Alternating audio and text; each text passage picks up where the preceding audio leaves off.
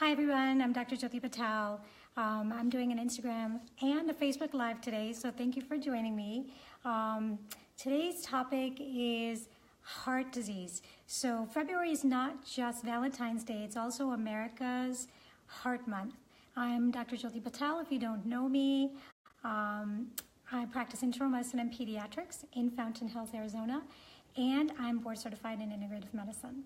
So today, as we start our talk on heart disease and Heart Month, I just want to start by putting my hands on my heart, creating a connection with all of you guys out there.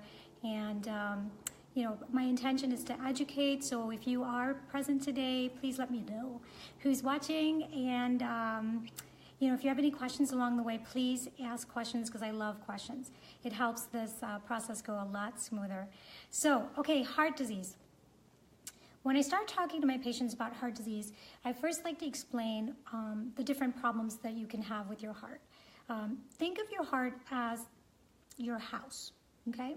So as you have in your house plumbing, you have electricity, and you have doors, windows, and structural problems, your heart is similar to your house where it can have those same three problems. You can have clogged arteries or problems with your plumbing. You can have electrical problems like atrial fibrillation, which is like having electricity issues.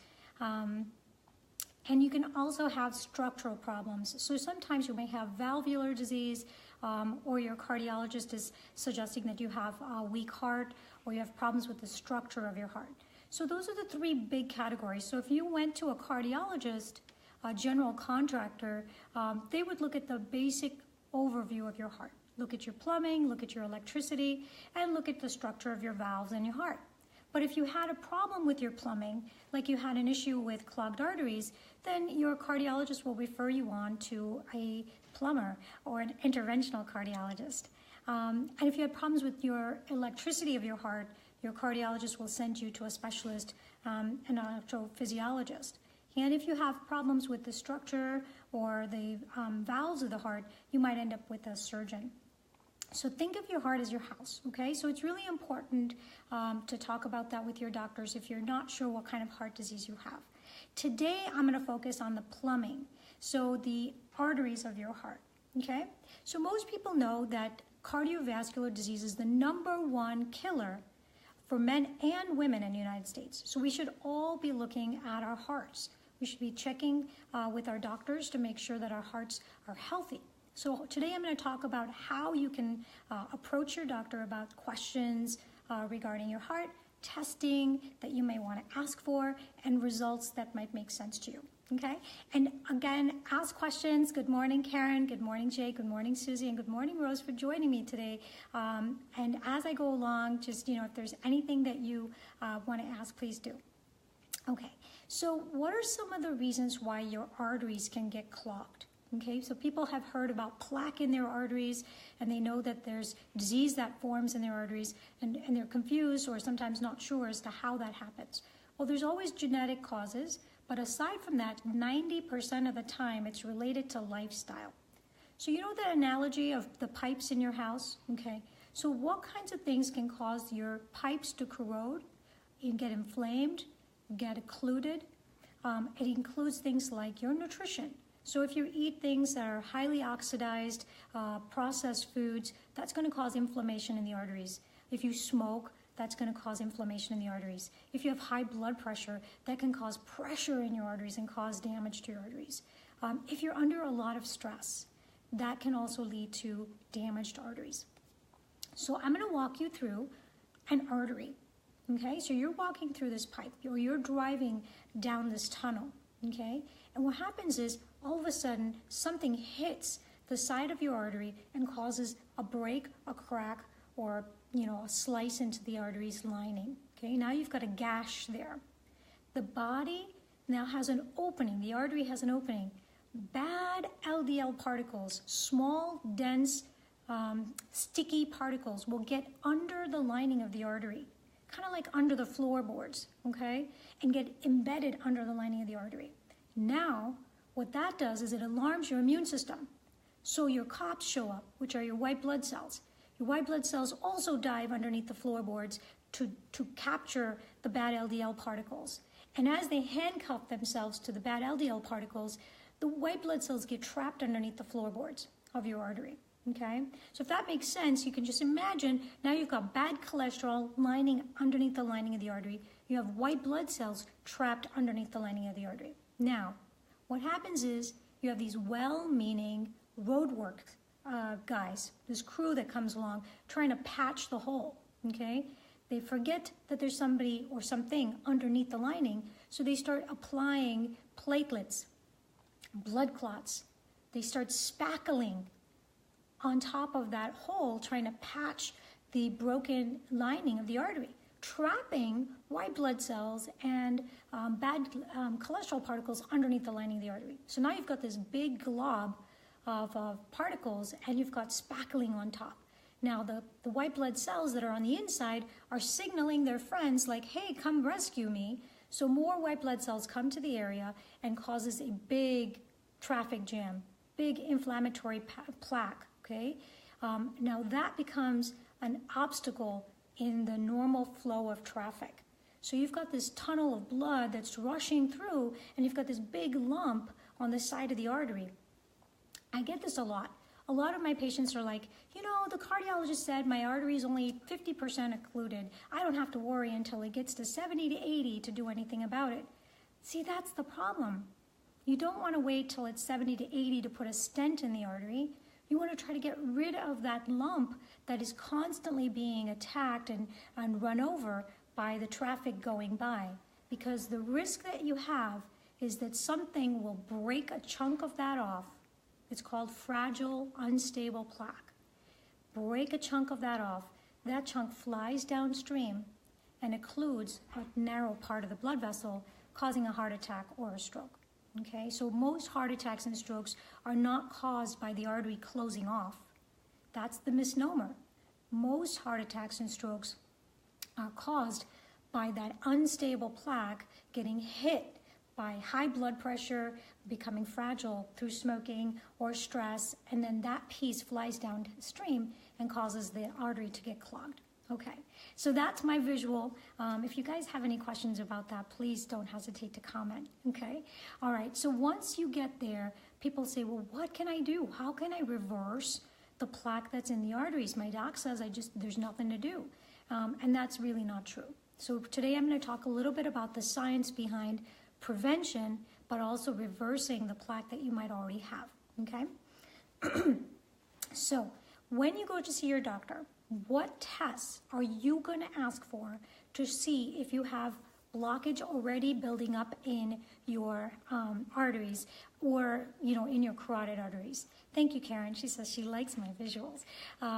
So what can you do? You can get a CAT scan of your heart, okay? It's $99 or $70 depending on where you are, you know, in the country, but you can get a scan for $99 here in Arizona that shows how much plaque you have going on in your arteries at this moment in time. So a lot of folks will say, but I had a stress test and it was fine. Well, okay, so a stress test doesn't tell you if you have plaque in your arteries. A stress test only tells you if that plaque has gotten so bad that it's blocking completely that part, the blood going to that part of your heart. So you're going to fail a stress test if that artery is close to 100%. You're going to pass it if it's anywhere below that, okay? So passing a stress test doesn't mean you don't have plaque. It just means that the plaque is not bad enough to cause you an immediate heart attack. So if you're interested in finding out if you have plaque, then the best way to get chest tested is to do a CTA or coronary calcium score to see what your score is compared to people your age, okay? You can also do an ultrasound of your carotid arteries. It's called a CIMT. You can ask your doctor to order one for you, and that can tell you how much thickening is going on in the arteries of your neck. And that can tell you how the rest of your arteries are doing, okay? Now, what's also important is you can get a blood test. Okay, so now here's the other thing. A lot of my patients are like, but I got a cholesterol test and everything was fine. My doc says I was good. So if you look at the Framingham study, which was the big study that we did on heart disease, more than 50% of the people that had a heart attack had normal cholesterol, okay? So that alone is not a parameter. It's maybe one of the parameters, but it's not the only parameter that increases your risk for heart disease. So you say, what else should I order? Okay. So there is a more extensive lipoprotein analysis. So ask your doctor for a lipoprotein analysis. This is going to tell you about the size of your bad cholesterol, the particle number, whether it's sticky and oxidized, whether there's inflammation or, you know, when there's smoke, there's fire. So if there's smoke signals going on because you have active inflamed arteries, there are lipoprotein A. You can look for homocysteine. You can look for fibrinogen, LPPLA2. You can look for apolipoprotein A1 and B. Those things are all going to tell you if you are at high risk for having blockage in your arteries. Now, you don't have to memorize all those. You can just ask for a lipoprotein analysis, okay? And that's going to give you a lot more information than just your basic cholesterol, okay? So now let's talk about what you can do. Let's say you did the test and you got the CAT scan and you have family history of heart disease, or you've already had a heart attack and you're interested in reversing or preventing heart disease. So first thing I always talk about is nutrition. And it goes without saying that if you eat junk food, you're going to get sick from it. You know, oxidized, processed, refined sugar, high sugary foods, high glycemic foods are going to cause destruction and inflammation, not just in your coronaries, but in your brain, like we talked about last week, in your gut, like we talked about the time before, and in your joints with inflammation. There's so much now information to tell us that processed, refined, high glycemic foods are really causing a lot of disease in the United States. So if we can try to stop buying the sodas and the potato chips and the cookies and the sweets and the treats and the refined flour and the fast food and the fried food, that's really where we need to start. Okay, so what does the studies show? What's the evidence to show that diet can really make a difference? Well, there are 3 studies that I'm going to briefly tell you guys about, okay? So don't fall asleep yet. The first study is the Lion Diet Heart Study, okay? So this was a big study that was published, and it was on people that had had a heart attack previously, okay? And they divided them up into 2 groups. One group ate the Mediterranean diet. I think you guys may have heard of the Mediterranean diet. I've spoken about it a few times now. It's a diet that's rich in fruits and vegetables. So what I tell people is 4 vegetables, 2 fruit, and maybe 3 whole grains a day, seeds and nuts 4 times or 5 times a week, fish a couple of times a week, and staying away from a lot of the farm foods, okay, and red meat. Then the other group was put on just a conservative, healthy diet the doctors talk about. Okay, so what did they show? They showed a dramatic decrease. In 27 months, the people that were on the Mediterranean diet had a 72% lower risk reduction in MI and cardiac deaths than the people that were put on a standard diet. That's huge. And then they carried on this study for 5 years, and they were able to show that there was still a 72% risk reduction in recurrent MI and cardiac death in the people that were put on the Mediterranean diet versus the ones that were just put on a standard diet. Okay, so you think, okay, well, that's just one study. Well, there was another study, and I don't know if you've heard of Dr. Dean Ornish. He's a leader in reversal of heart disease. He has done such great work that even Medicare in 2010 approved payments for people that have heart disease to go on his diet. Okay, so what does his study show? His study was called the Lifestyle Heart Trial. And in that study, he had 4 things. He put them on basically a low-fat vegetarian diet.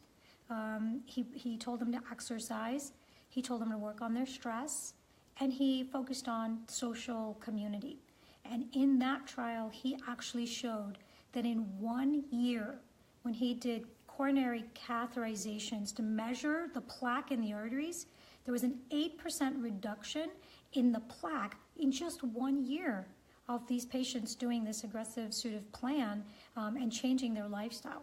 So you really, again, it's all there. If you went to Ornish integrative.com, you would, I think he has a website. You can look up Dr. Dean Ornish, and he has a website where you can join his program. And there's a lot of clinics across the country that are now trained to help people with coronary disease go on this particular Ornish plan to help them reverse heart disease. But let's say you're not in that part of the country where you have access to it.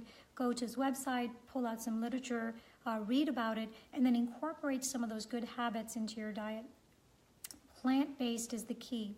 Eating more fruits and vegetables, beans and legumes, seeds and nuts, more water, and then of course sticking to very lean cuts of protein like fish and chicken just a few times a week. If you don't want to do that, Dr. Dean Ornish did not have meat in his diet, but if you do want to add those in, the Mediterranean diet does allow for a little bit of that. So everybody's a little different in what they want to pick. Okay, the third trial I wanted to tell you about was the Becker trial at the Mayo Clinic. And they too did a trial based on diet versus statins.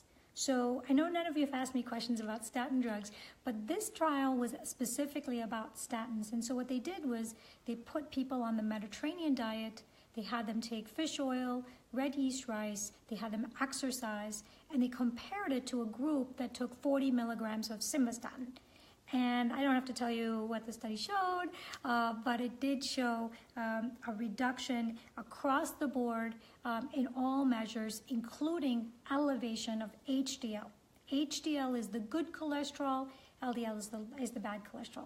So remember, diet is always the foundation of everything, okay? So the next thing I wanted to talk about was supplements. So a lot of people say, do you recommend any supplements to help my heart, or are there any scientifically based recommendations for supplements or vitamins when it comes to the heart? You're welcome, Karen. Well, I'm not a supplement person, but the evidence shows that you can take 2 grams of fish oil to help decrease inflammation. The studies on the heart benefits have been always a little plus minus.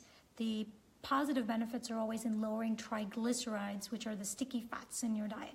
So if you do have a triglyceride problem, then the omega-3 fats and the fish oil may be helpful for you. Vitamin D, essential vitamin when it comes to heart and a lot of other parts of our body. So vitamin D3 or D supplementation is something that I strongly suggest. Susie is asking, what brand of fish oil do I recommend? It's very important to make sure that if you do take a supplement, that you take a good quality supplement because there's a lot of mercury and adulteration in a lot of brands. The one that I suggest is Nordic Naturals. There are several other good fish oil brands out there, but that's the one that I recommend, so you can look that up, and that's a good one to take because it's a clean brand. Okay, so aside from omega-3 and vitamin D, I recommend red yeast rice. I know that sometimes it gets a little kind of poo-pooed by cardiologists, but I've had really good success with patients that have high cholesterol and substituting them onto red yeast rice. I like a brand called Pre-Lipid. It's a US-based supplement brand. It's owned by a physician and it's vetted. And they also publish in the American Journal of Cardiology. So I think that particular company does a great job with their red yeast rice. So I recommend Pre-Lipid for the cholesterol with red yeast rice. So I do recommend that quite a bit. Garlic, that's always a must-do. I like to eat garlic, but if you're not a garlic consumer, you may want to buy garlic tablets. Red wine, that's another one that people ask a lot about. If you're not drinking alcohol, I wouldn't suggest you add that on. But if you do like an occasional glass of red wine, that's been shown to help the heart, mainly because it has powerful antioxidants and resveratrol to help with the oxidative stress on the heart. So that's where the red wine comes in. Chocolate or cocoa, again, a great antioxidant. So I'm not talking about a Hershey's bar, but maybe a square of dark chocolate can be helpful for the heart. So that's something you can add on as a supplement. Niacin gets a little bit of a bad run every so often. It's a B vitamin. We go in and out of favor recommending niacin. But sometimes I do suggest B supplements for energy, for heart health, So again, if you like to take niacin to help lower your cholesterol, along with fiber and CoQ10 and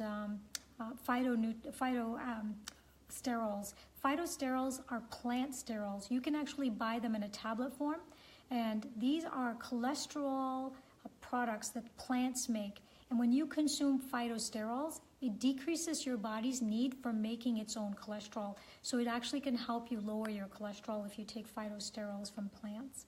Okay, so that's another way to lower your cholesterol with supplements. All right, so those are the three. Now, lifestyle changes. Walking every day has totally helped lower heart disease. So 30 minutes of exercise every day.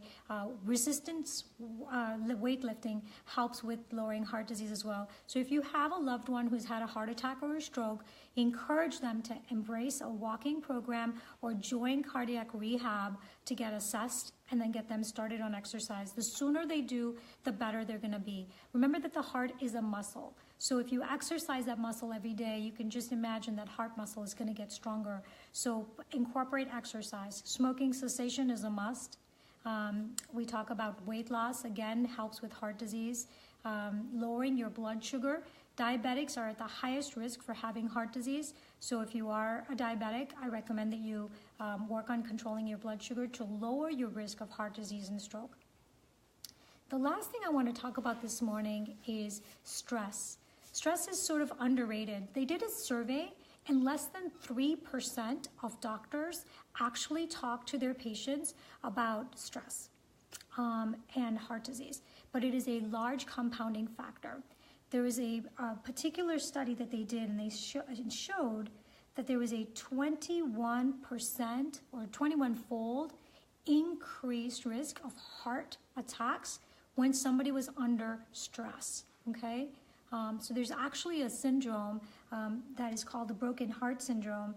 I don't want to make sure I pronounce it right, but it's Takotsubo heart syndrome. And that's basically a broken heart syndrome. And that's when people have extreme amounts of stress, and that causes them to have a heart attack. So remember, stress is a huge factor. Okay, so working on stress is also part of prevention of recurrent heart attacks or initial heart attacks.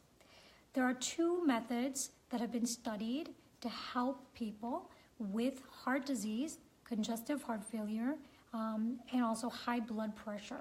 We didn't talk about high blood pressure today. Maybe I'll do another segment on high blood pressure, but it is a big compounding factor for heart disease, so lowering your blood pressure is important. The studies that were done on lowering blood pressure were addressing heart rate variability. So one of the things I've talked about in the past is a program called Heart Math. It is a biofeedback program to lower your stress using breath work to help downregulate your blood pressure, bring down your heart rate, bring down your respiratory rate, and to lower your sympathetic fight or flight response, which can increase cortisol. Cortisol is a stress hormone, and it can do good things, but it can also, over time, cause damage, especially to the heart. So lowering your cortisol and stress hormones, this particular exercise can help with that. The premise is you can download it as a website or app, or you can buy the program. It's to help you regulate your heart rate through your breath cycle. You shut down your breathing to one breath every 10 seconds. So you're slowing your breath to one every 10 seconds.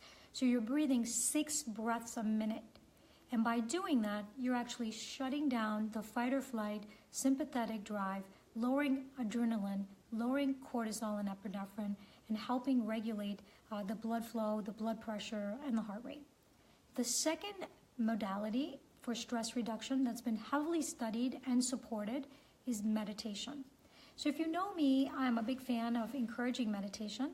And one of the meditations that I'd like to show you today is called the heart-centered meditation. So this is how it goes. So you get in your seated position, place your hands on your heart. Feel free to join me if you like. Use your right hand, place it over your heart, not at your solar plexus and not at your throat, somewhere right in the middle where your heart is. Place your left hand on top of your right hand and connect your thumbs.